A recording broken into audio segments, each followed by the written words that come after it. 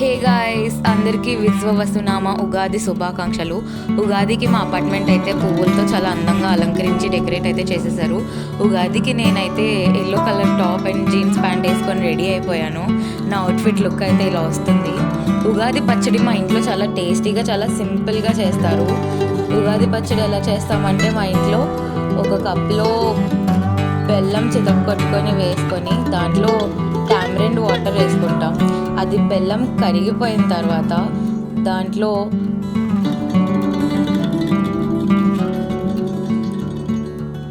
Banana slices, మామిడికాయ ముక్కలు, వేప పువ్వు, పచ్చిమిరపకాయ స్లైసెస్ అండ్ సాల్ట్ వేసుకొని బాగా మిక్స్ చేసుకుంటే ఉగాది పచ్చడి చాలా చాలా టేస్టీగా ఉంటుంది. This is my favourite Ugadi పచ్చడి. చాలా సింపుల్గా ఉంటుంది.